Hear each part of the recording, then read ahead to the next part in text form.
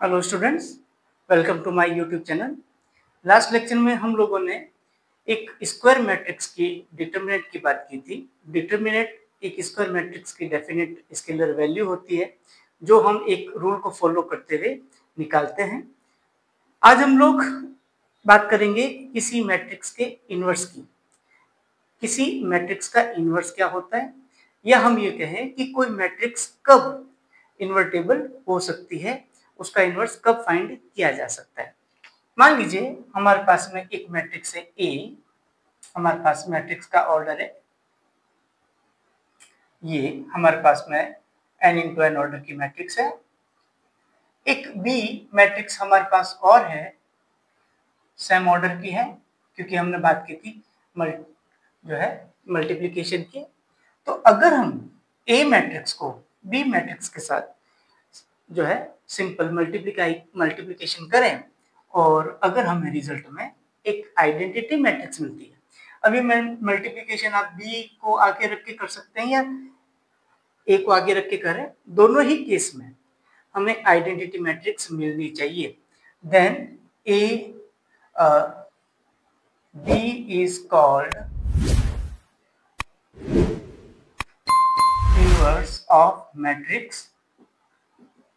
Inverse matrix of A. तो B matrix जो है वो ए मैट्रिक्स का इनवर्स कहलाएगी अगर हमें उसको मल्टीप्लाई करने से आइडेंटिटी मैट्रिक्स मिले। लेकिन हमें कैसे पता चलेगा कि हमें मल्टीप्लाई करने से आइडेंटिटी मैट्रिक्स मिलेगी या नहीं मिलेगी, और वो कौन सी मैट्रिक्स होगी जिसको ए के साथ मल्टीप्लाई करने से हमें आइडेंटिटी मैट्रिक्स मिलेगी। तो चलिए इस कंसेप्ट को समझने के लिए हम बात करते हैं मैट्रिक्स के इनवर्स को निकालने की। तो हम बात करते हैं बी की। जैसे अपन यहाँ बात कर रहे हैं, तो ये जो बी मैट्रिक्स को अगर मैं यहाँ भेजूं ए बी बराबर आई, तो जब ये यहाँ जाएगा तो A is equal to B inverse I. ठीक है, हम इस तरीके से इसको समझ सकते हैं। चलिए हम टू द पॉइंट आगे बात करते हैं। किसी मैट्रिक्स का इनवर्स निकालने का सिंपल सा तरीका है adjoint of A matrix upon उस मैट्रिक्स का डिटरमिनेंट। अब ये एडजॉइंट ऑफ मैट्रिक्स क्या है? ये एडजॉइंट ऑफ मैट्रिक्स को समझने के लिए हमने लास्ट लेक्चर में कोफैक्टर और माइनर्स पढ़े थे, उसी से हम आज एडजॉइंट मैट्रिक्स बनाएंगे। और डिटरमिनेंट भी हमने लास्ट लेक्चर में डिस्कस किया था। तो एक मैट्रिक्स इन्वर्टेबल मैट्रिक्स कहलाएगी अगर आपका मैट्रिक्स का डिटरमिनेंट जीरो नहीं हो। अगर डिटरमिनेंट जीरो नहीं है तभी हम adjoint of A upon determinant of A find कर सकते हैं, ए इनवर्स निकाल सकते हैं। तो हम कह सकते हैं कि a matrix A will be invertible matrix if its determinant is not equals to 0। एक जब मैट्रिक्स जिसका डिटरमिनेंट जीरो नहीं होता है, इसको हम एक और नाम से जानते हैं, वो है non singular matrix. Non singular matrix. तो जो भी मैट्रिक्स नॉन सिंगुलर मैट्रिक्स होती है वो एक इन्वर्टेबल मैट्रिक्स होती है। अगर मैट्रिक्स सिंगुलर मैट्रिक्स है, सिंगुलर मैट्रिक्स का मतलब सिंगुलर मैट्रिक्स का मतलब हुआ जिसका डिटरमिनेंट हम निकालें और वो जीरो मिले। तो अगर किसी मैट्रिक्स का डिटरमिनेंट जीरो है तो ऑब्वियस सी बात है कि समथिंग अपॉन जीरो हम डिफाइन नहीं कर सकते, मीन्स हमारा इनवर्स नहीं निकलेगा, मैट्रिक्स इन्वर्टेबल नहीं होगी। तो मैट्रिक्स के इन्वर्टेबल होने की पहली कंडीशन है कि आपका मैट्रिक्स ए जो है वो एक नॉन सिंगुलर मैट्रिक्स होना चाहिए। अगर वो नॉन सिंगुलर नहीं होता है तो उसको हम सिंगुलर मैट्रिक्स बोलते हैं जिसका डिटरमिनेंट जीरो होता है। चलिए इसी सीक्वेंस में हम आगे बात करते हैं। यहाँ पर आपको एडजॉइंट मैट्रिक्स लिखा हुआ है, इसको हम पढ़ते हैं adjoint matrix. Adjoint matrix of A. Adjoint matrix of A. और शॉर्ट में हम इसको सिंबॉलिक एडीजे से डिनोट करते हैं। ये एडजॉइंट ऑफ ए मैट्रिक्स जो है वो क्या है,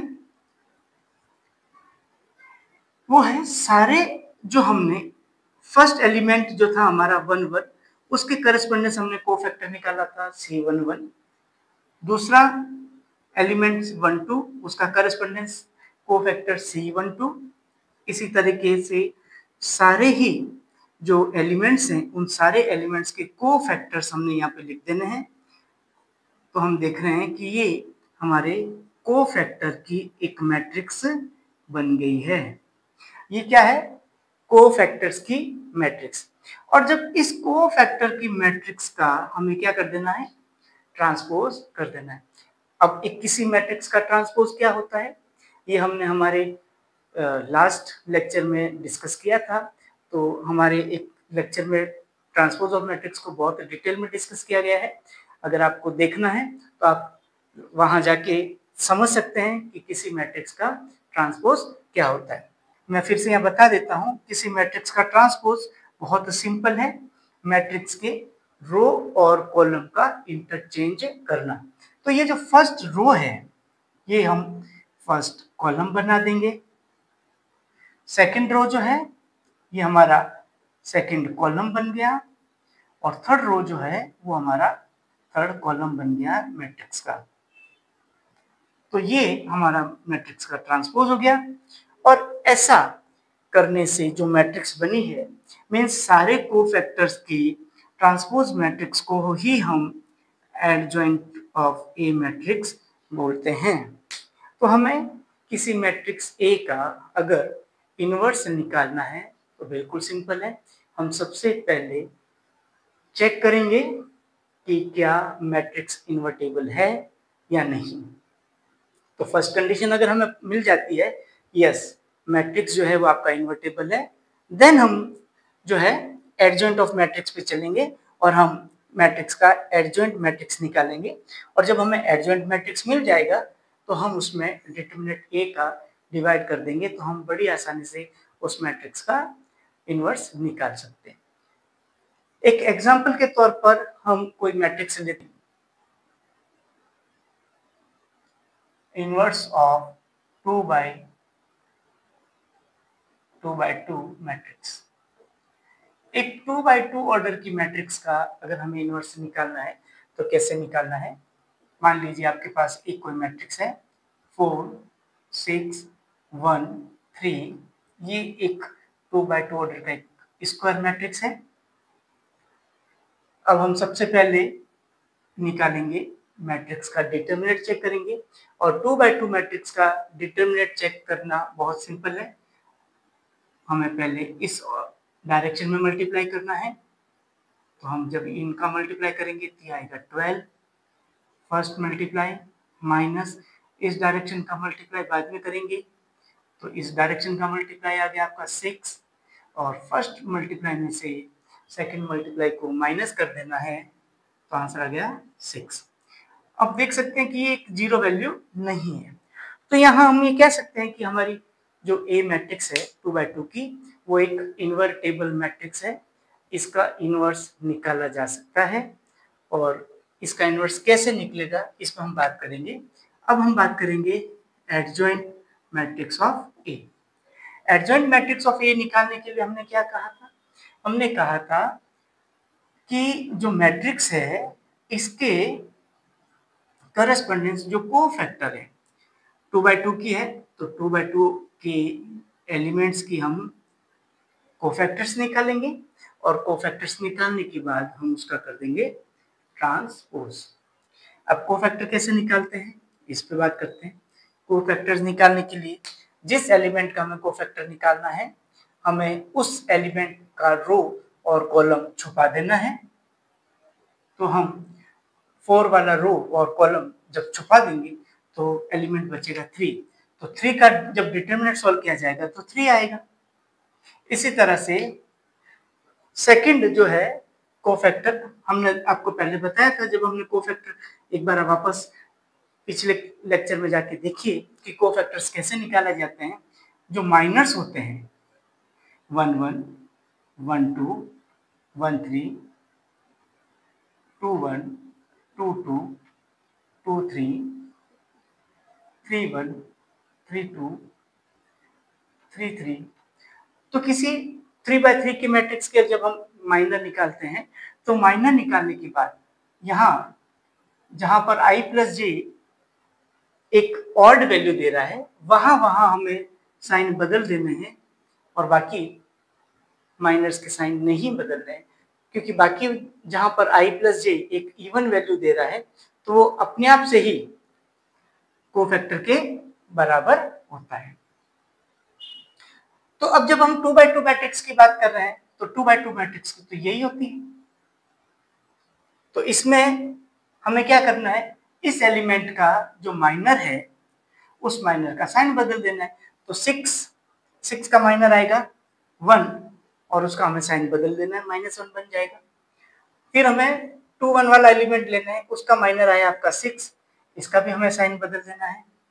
और 3x3 का जो 2x2 एलिमेंट है 3, उसका माइनर आएगा आपका 4, उसका साइन हमें नहीं बदलना है। तो ये हमारा 2x2 ऑर्डर का मैट्रिक्स जो था उसका कोफैक्टर्स आ गए और कोफैक्टर्स से हमें ट्रांसपोज ले लेना है। तो ट्रांसपोज जो मिलेगा वो मिलेगा -6 4।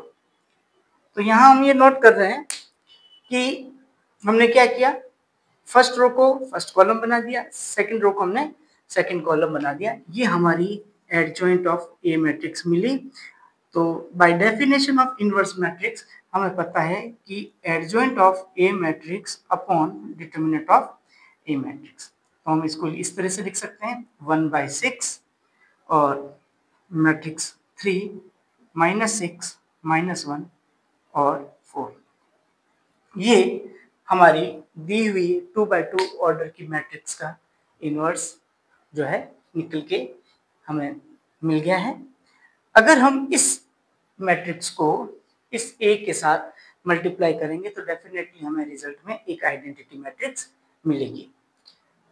अब इसको थोड़ा सा सिंप्लीफाई करते हुए मैं आपको एक ट्रिक बता देता हूँ, शॉर्टकट बता देता हूँ कि जब हम 2x2 ऑर्डर की एडजॉइंट निकालते हैं तो हमें क्या करना होता है, बहुत सिंपल सा तरीका है।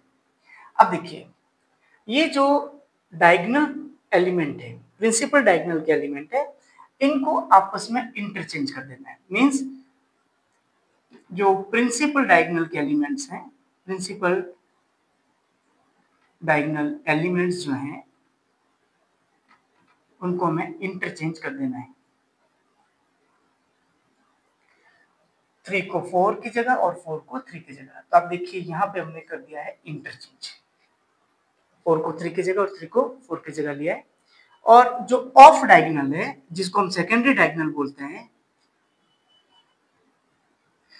इसके एलिमेंट्स को हमें क्या कर देना है, एलिमेंट्स को साइन चेंज कर देना है। हमें केवल साइन चेंज कर देना है। जो पॉजिटिव 1 है तो -1 लिख देना है और इसको -6 लिख देना है, बस। ऐसा कर देने से जो मैट्रिक्स बनी है, अब देख लीजिए, वो हमारी एडजॉइंट मैट्रिक्स होती है। तो 2x2 मैट्रिक्स का एडजॉइंट निकालना बिल्कुल सिंपल है। डायगोनल एलिमेंट को हम आपस में इंटरचेंज कर देंगे और जो सेकेंडरी डायगोनल है उस सेकेंडरी डायगोनल के एलिमेंट्स के हम साइन बदल देंगे। तो जो मैट्रिक्स मिलेगी वो आपकी एक adjoint matrix of 2x2 order की मिलेगी, जिससे हम बड़ी आसानी से 2x2 मैट्रिक्स का हम डिटरमिनेंट और इनवर्स निकाल सकते हैं। चलिए अब आगे हम बात करेंगे अब एक 3x3 ऑर्डर की मैट्रिक्स की। 3x3 ऑर्डर की मैट्रिक्स का इनवर्स कैसे निकलेगा समझते हैं। एक मैट्रिक्स लेते हैं 2 1 4 3 2 3 3 6 4। मान लीजिए एक हमारी 3x3 ऑर्डर की एक मैट्रिक्स है। तो क्या इस मैट्रिक्स का इनवर्स निकाल सकते हैं या नहीं निकलेगा? तो हमें सबसे पहले तो ये चेक करना पड़ेगा कि मैट्रिक्स इन्वर्टेबल है या नहीं है। तो हमें क्या करना है, इस मैट्रिक्स का डिटरमिनेंट निकालना है।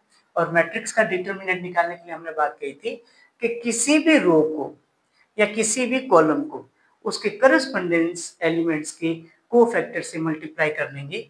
जैसे 2 है तो 2 का जो को फैक्टर आएगा 2, 3, 6, 4 आएगा।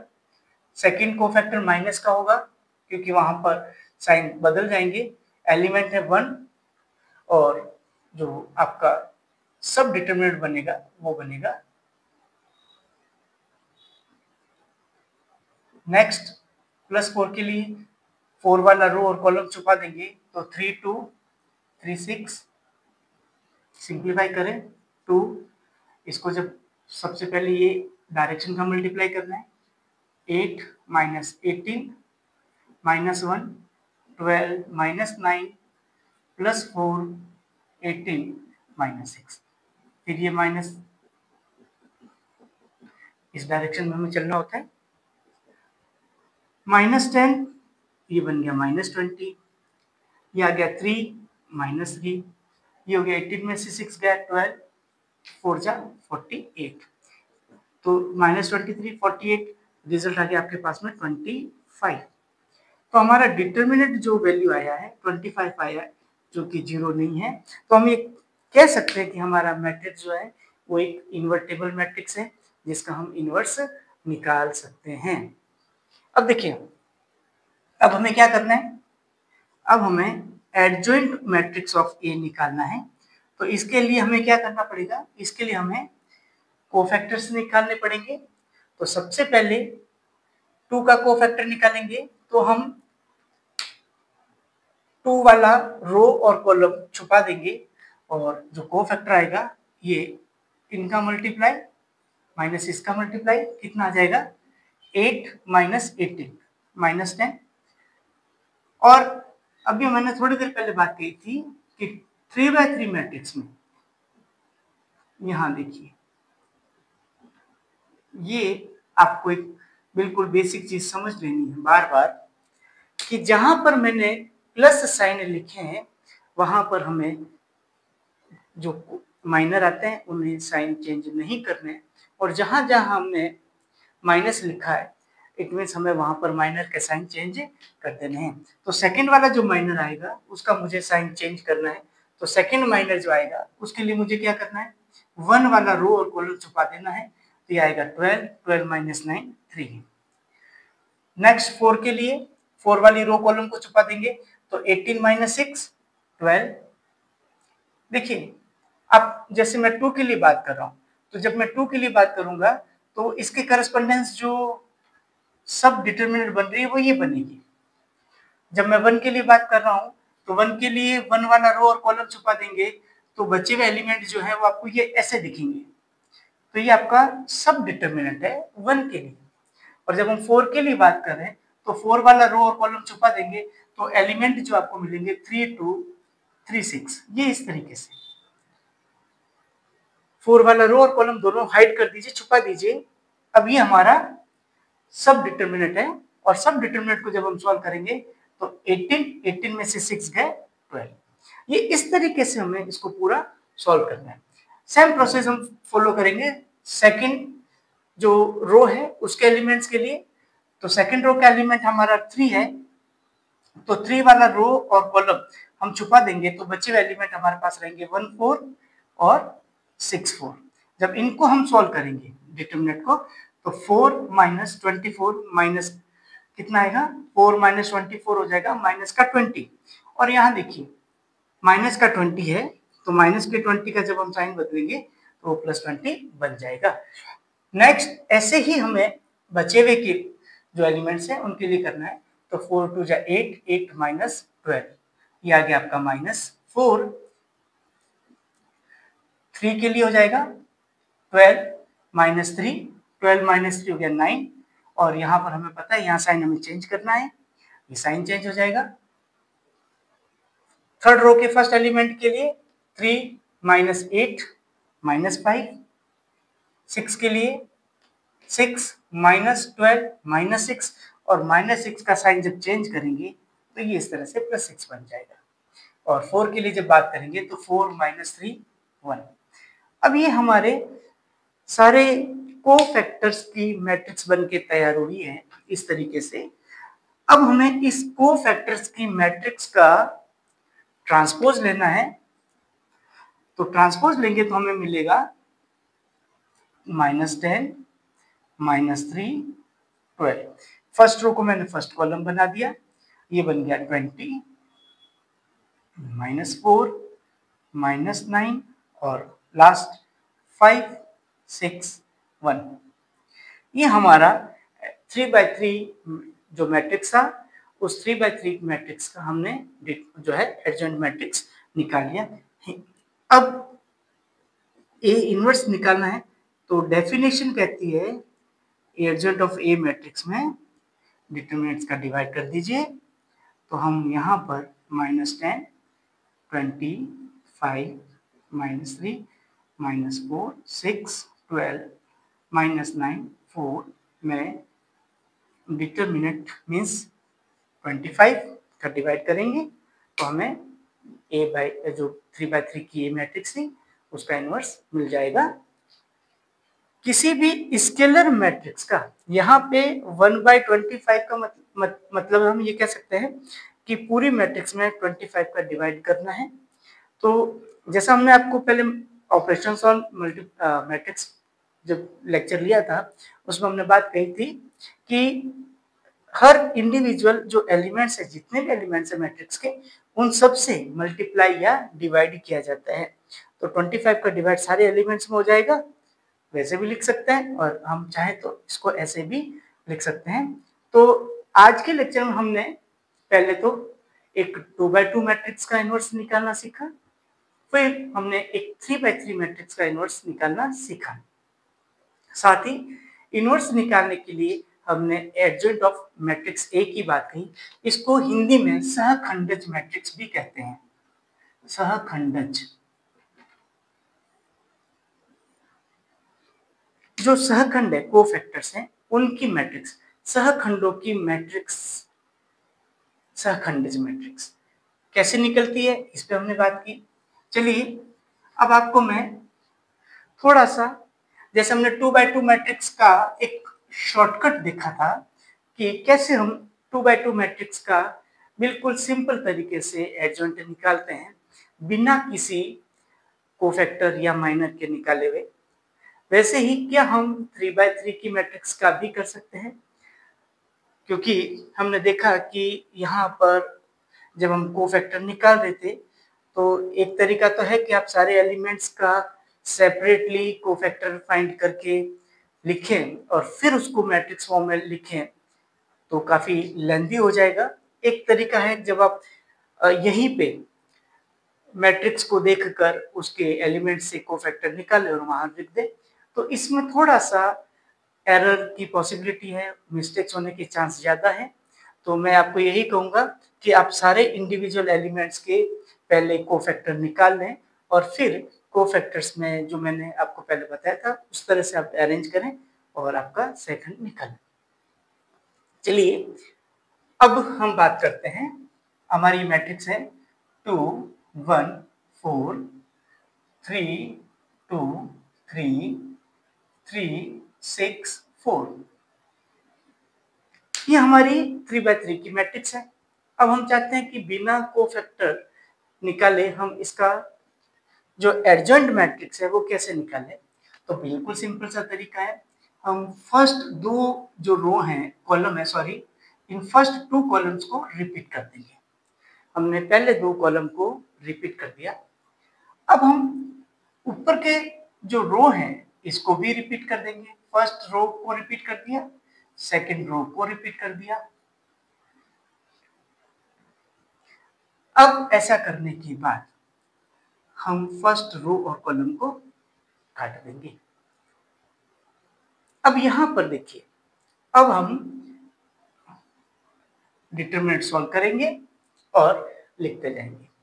सबसे पहले अब ये वाला 2x2 का जो है इसका डिटरमिनेंट आप सॉल्व कीजिए, तो 8 - 18, 8 - 18 -10।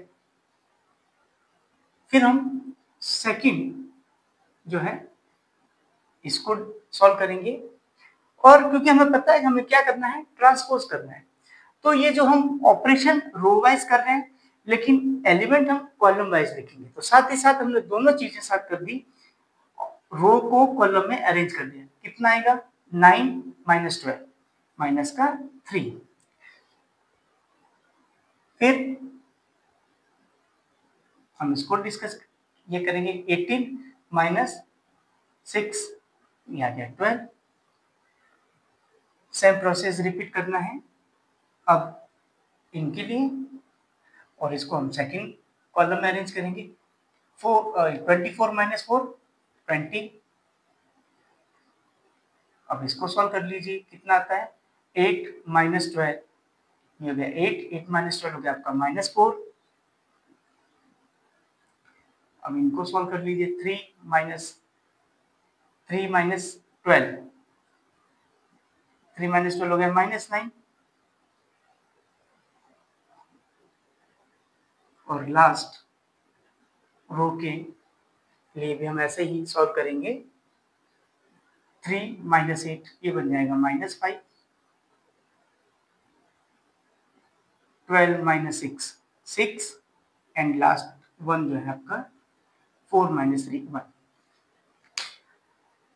देख लीजिए आपका वही एडजॉइंट मैट्रिक्स बनके तैयार है। तो हम यहाँ पर बिना कोफैक्टर निकाले हमने डायरेक्ट मैट्रिक्स का जो है एडजॉइंट मैट्रिक्स निकाल लिया।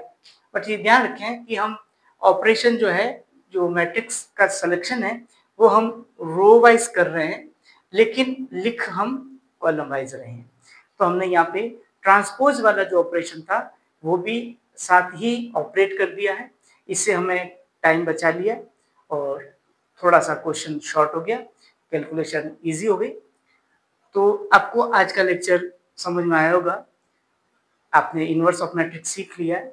तो थोड़ा इस पे आप प्रैक्टिस कीजिए, क्योंकि इनवर्स ऑफ मैट्रिक्स बहुत ही इम्पोर्टेंट पॉइंट है मैट्रिक्स के लिए।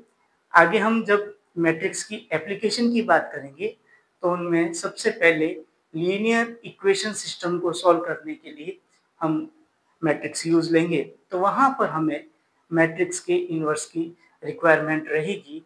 तो चलिए हम नेक्स्ट लेक्चर में फिर मिलेंगे मैट्रिक्स के किसी और नए टॉपिक के साथ। Thank you.